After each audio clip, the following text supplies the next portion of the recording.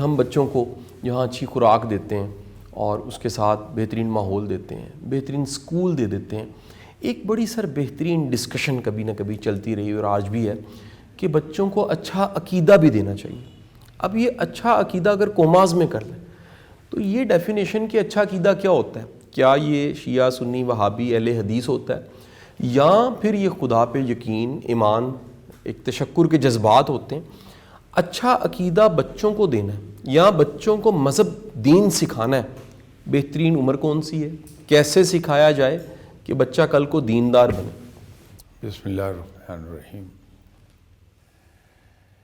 اچھے عقیدہ میرے خیال میں اس پر بیسڈ نہیں ہے کہ ہم بچوں کو مسلک کے مسائل اور اس کی باریکیوں سے آگاہ کریں۔ بچہ جس عمر پر ہے اور اس ذہنی عمر میں اگر ہم اس کو ان چیزوں سے دور رکھ لیں جو مسلک کے مسائل ہیں تو میرے خیال میں وہ زیادہ بہتر ہوگا بچے کے لیے بھی، ورنہ کنفیوژن اس کو ہوتا رہے گا۔ اگر اچھے عقیدے کو ہم ڈیفائن کریں تو میرے خیال میں ہم بچے کو ایک ہی سمت میں ٹرین کرنے کی کوشش کریں، اس کی گرومنگ کرنے کی کوشش کریں کہ آپ صلی اللہ علیہ وسلم نے کس طرح سے زندگی گزاری۔ ٹھیک سر۔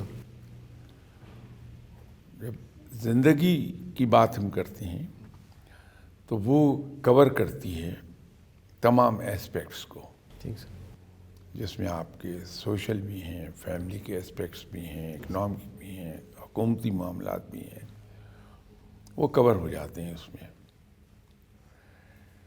جب وہ بڑا ہو جائے گا تو پھر فقہی جو مسائل ہیں باریک، وہ خود بخود اس کے علم میں آئیں گے، لیکن اس کی فاؤنڈیشن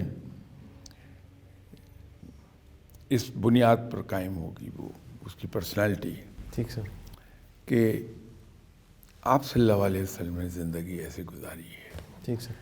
تو وہ لاشعوری طور پر آپ صلی اللہ علیہ وسلم کے طرز حیات وہ آئیڈیلائز کر رہا ہوگا۔